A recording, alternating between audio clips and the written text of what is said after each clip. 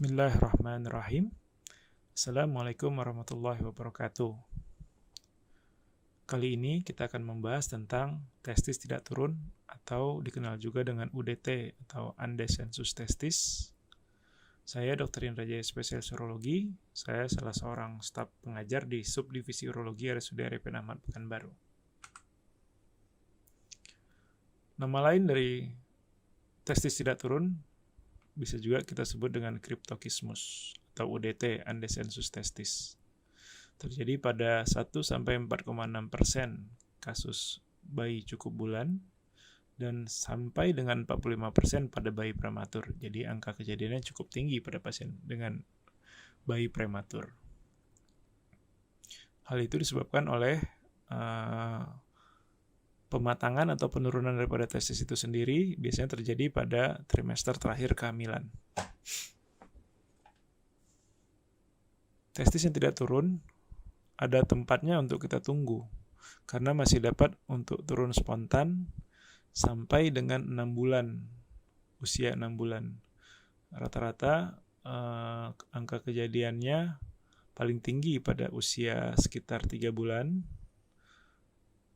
Namun memungkinkan untuk kita tunggu sampai dengan usia 6 bulan.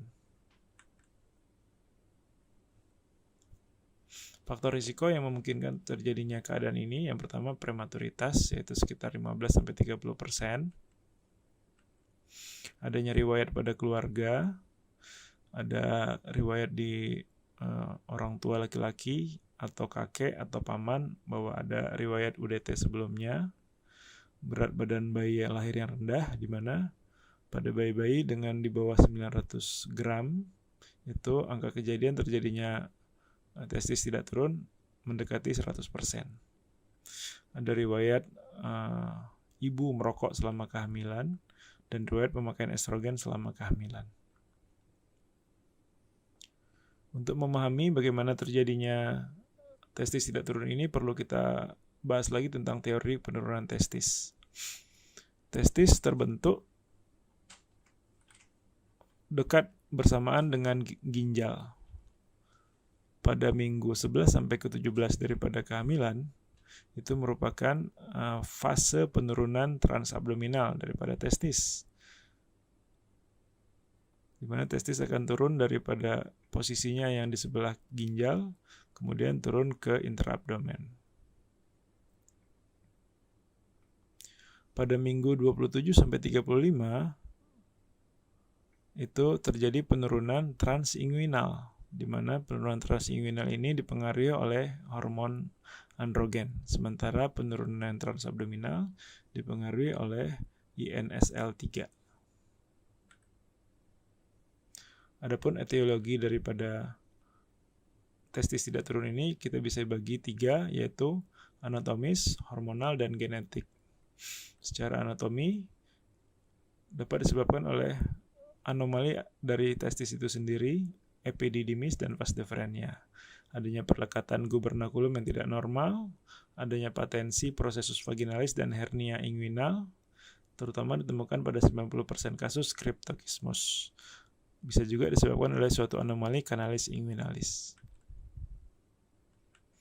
Adapun etiologi hormonal yang memungkinkan terjadinya kelainan ini antara lain defisiensi GnRH, defisiensi produksi androgen, dan insensitivitas reseptor androgen, defisiensi produksi AMH atau insensitivitas reseptor AMH, defisiensi produksi INSL3, dan defisiensi produksi CGRP. Adapun etiologi genetik bisa ditemukan adanya mutasi gen-gen tertentu. Adapun klasifikasi daripada UDT atau testis tidak turun bisa dibagi berdasarkan terpalpasi atau tidak terpalpasi. Pada kasus yang terpalpasi, kita bisa menentukan di mana lokasi daripada testis itu sendiri, apakah dia di inguinal atau juga ektopik. Ektopik artinya dia tidak berada pada jalur descent daripada testis itu sendiri, jalur turunnya. Ada juga yang namanya retraktil testis. Retraktil testis artinya testis tidak teraba pada kantong skrotum, cuma apabila kita masase atau kita turunkan, dia bisa masuk ke dalam kantong skrotum. Pada pemeriksaan fisik bisa kita lihat nanti pada yang UDT, si kantong skrotum rugenya tidak terbentuk dengan baik, sementara pada retraktil testis rugenya terbentuk dengan baik, yang menandakan bahwa testis ada pada waktu-waktu tertentu berada di dalam kantong skrotum. Sementara apabila tidak terpalpasi, kita bisa membagi berdasarkan lokasinya, bisa inguinal yang lebih tinggi daripada yang terpalpasi, kemudian ektopik pada lokasi-lokasi yang tidak bisa diraba, intraabdominal maupun testisnya tidak ada. Testis tidak ada bisa dua kemungkinannya, yaitu agenesis atau vanishing testis atau testisnya hilang. Ini klasifikasi yang tadi, yang true cryptochismus, posisinya berdasarkan lokasi descent atau turunnya daripada si testis itu sendiri. Bisa berupa abdominal, inguinal, dan supraskrotal. Sementara pada ektopik itu di luar daripada jalur turunnya testis, bisa prepenile, superficial ektopik, ini merupakan varian paling sering, transverse skrotal, femoral maupun di perineal. Adapun diagnosis, kita tanyakan apakah faktor-faktor risiko apa saja yang didapatkan pada anak yang kita temukan dengan testis tidak turun. Ditanyakan berapa usia kehamilannya, berat badan lahir, kemudian faktor-faktor risiko yang lainnya. Apakah ada risiko di keluarga atau faktor turunan sebelumnya, apakah ada riwayat merokok pada ibu, kemudian apakah ada konsumsi obat-obatan analgetik pada saat kehamilan maupun penggunaan estrogen.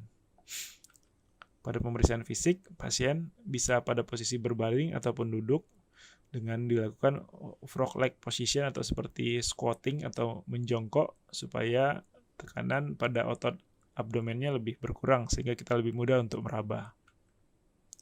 Pemeriksaan laboratorium tidak ada yang spesifik kalau untuk anastomosis testis, cuma paling kalau kita mau lakukan pemeriksaan pada pasien yang tidak ditemukan testis dua-dua, kanan dan kiri, bisa kita lakukan challenge test dengan pemberian GnRH, di mana nanti pasca pemberian kita nilai apakah ada peningkatan testosteron atau tidak.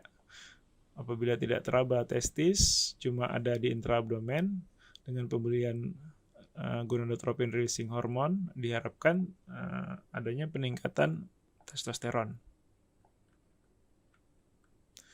Imaging tidak terlalu direkomendasikan, nanti akan kita bahas. Apabila tidak bisa diraba, hal yang direkomendasikan adalah dengan laparoskopik diagnostik untuk mencari di mana lokasi testis tersebut. Ini algoritmanya. Jika kita temukan ada suatu anak dengan cryptochismus bilateral atau tidak terpalpasi, kita konsultasi spesialis urologi untuk evaluasi DSD atau disorder of sexual dysfunction. Disorder of sexual development. Bila tidak, kita bisa tunggu sampai dengan usia 6 bulan atau usia gestasi terkoreksi apakah testisnya akan turun sendiri atau tidak. Jika tidak turun juga, kita lakukan penilaian ulang. Apabila tetap mengalami cryptochismus pada usia 6 bulan, kita rujuk ke spesialis bedah urologi.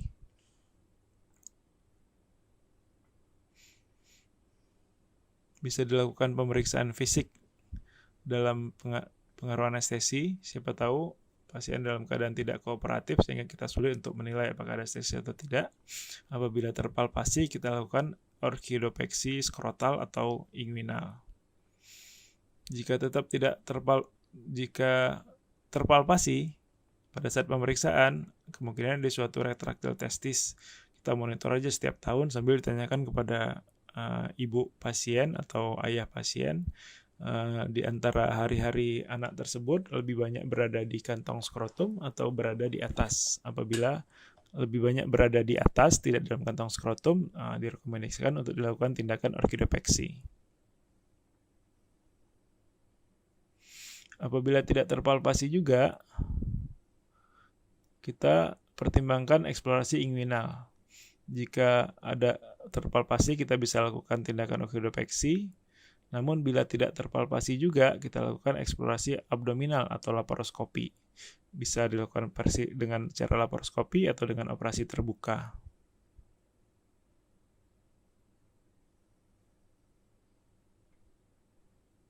Apabila kita tidak menemukan ujung pembuluh darah daripada testis, kita bisa simpulkan bahwa itu adalah suatu agenesis testis.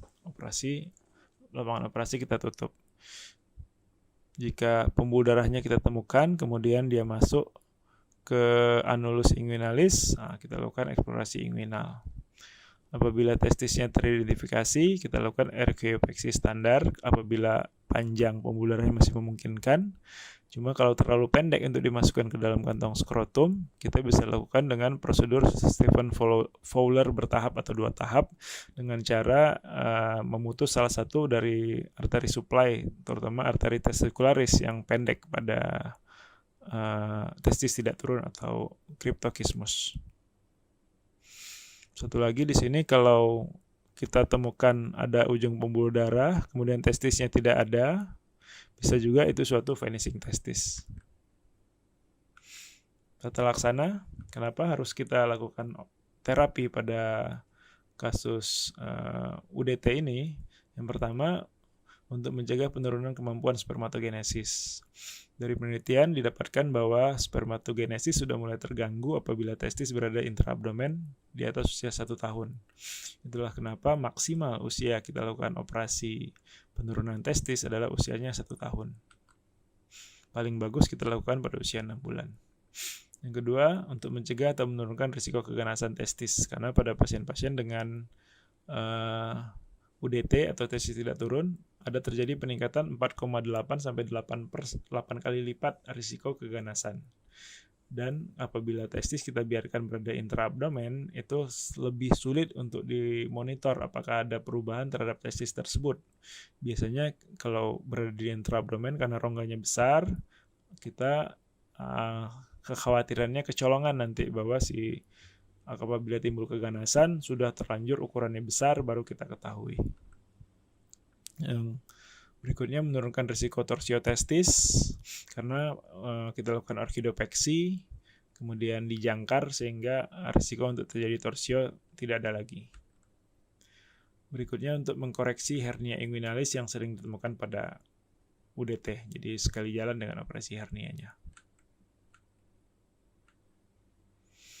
Adapun terapi hormonal sudah tidak direkomendasikan lagi, dulu masih dipakai, cuma karena angka keberhasilannya sangat rendah, jadi tidak lagi direkomendasikan, dan efek sampingnya juga banyak. Pembedahan sudah dibahas sebelumnya, archaeopexy sama seperti pada torsio testis. Ada pilihan terapi berikutnya yang namanya Fowler-Stephen 2 tahap, yaitu ini untuk testis yang vaskulernya pendek atau arteri testikularisnya pendek. Dilakukan ligasi atau pemotongan pembuluh darah. Biasanya dilakukan 2 tahap. Yang pertama dipotong salah satunya, kemudian diturunkan. Apabila tidak memungkinkan untuk sampai, nanti kita lakukan second look untuk lihat apakah memungkinkan untuk diturunkan kembali. Di sini kita bahas perbandingan guideline dari beberapa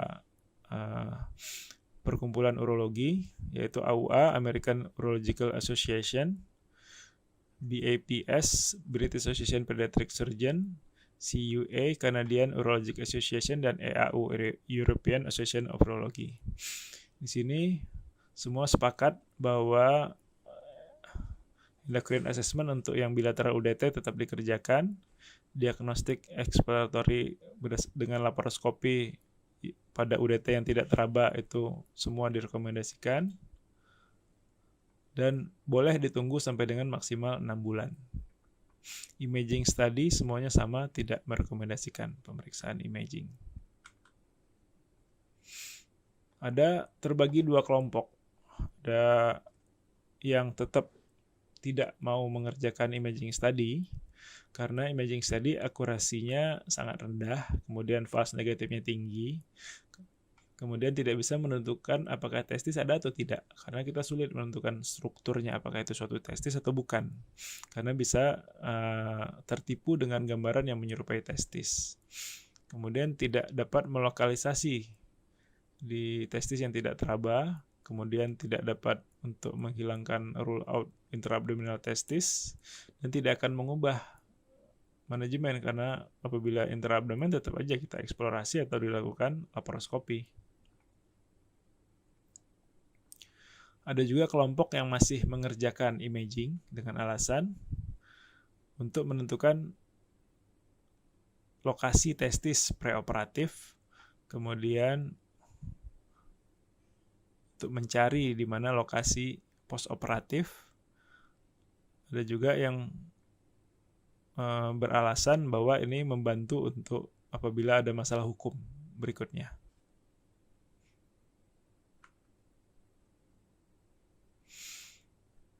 Hormonal terapi sepakat untuk tidak direkomendasikan karena alasan yang sudah saya sebutkan tadi. Usia sama, fertility pada AUA ditemukan bahwa ada penurunan fertilitas pada bilateral UDT, di BAPS tidak dibahas, pada CUE dan EAU sama. Pada testicular cancer, risikonya meningkat pada intraabdominal UDT. Kemudian pada CUA ditemukan bahwa dengan melakukan orkidefeksi, risiko terjadinya testicular cancer akan menurun. Kemudian self-examination setelah puberti itu direkomendasikan tiap bulan. Tapi pada CUA tidak diperlukan, bahwa long term follow up tidak diperlukan. Di AU juga direkomendasikan melakukan pemeriksaan mandiri setelah pubertas. Demikian yang bisa saya bahas dari testis tidak turun. Apabila ada pertanyaan, dipersilahkan. Terima kasih atas perhatiannya.